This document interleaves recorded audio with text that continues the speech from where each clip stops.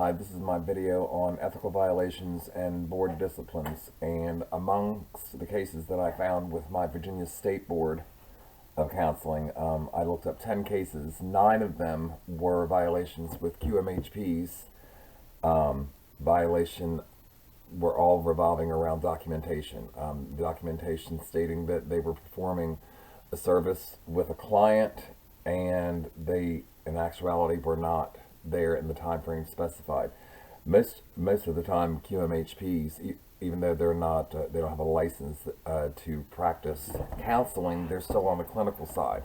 They're held by the same standards that anybody else that holds a license is in the mental health profession, and you have to timestamp your hours or the time of service that you give to an individual client.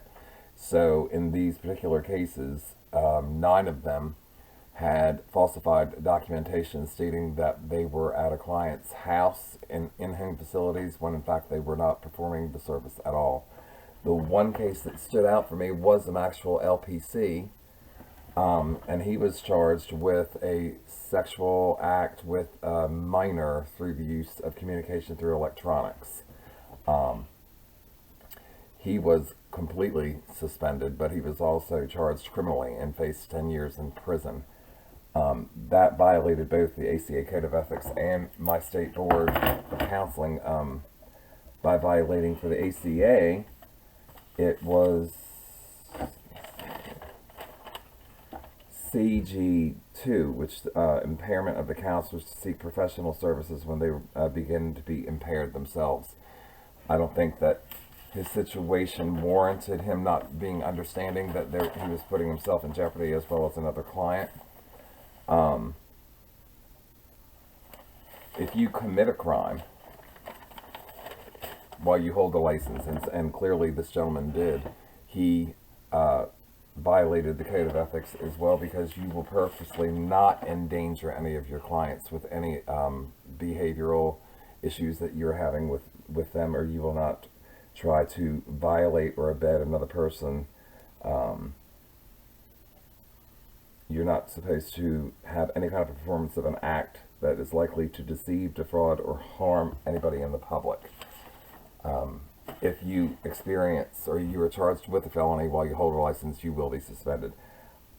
Given his sentence, I don't think that his reinstatement will even be an issue. I doubt very seriously that he'll be able to practice again in the state of Virginia.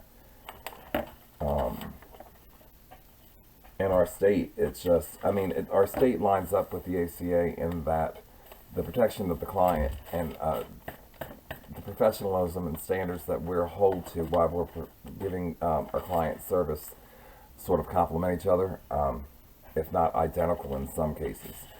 But for the majority of the violations that I saw, we're dealing with QMHP A's, and which are QMHP that can deal with adult as well as adolescent. And it was documentation of falsifying records. Another good site to also bear in mind with anybody that's working with like a community service board agency, the majority of the people that the clients that they see are through Medicaid and the different MCOs provided by Medicaid. So DMAS also has regulations in accordance to billing that we have to submit.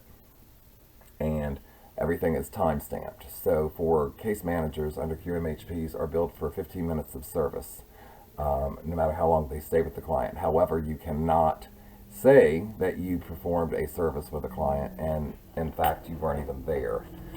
Some of the case managers, because they go out in the field and they are doing house visits, it's hard to track exactly how much time was spent with each client. But certainly in this particular instance, in these instances especially, they were not performing the service and just writing up the note.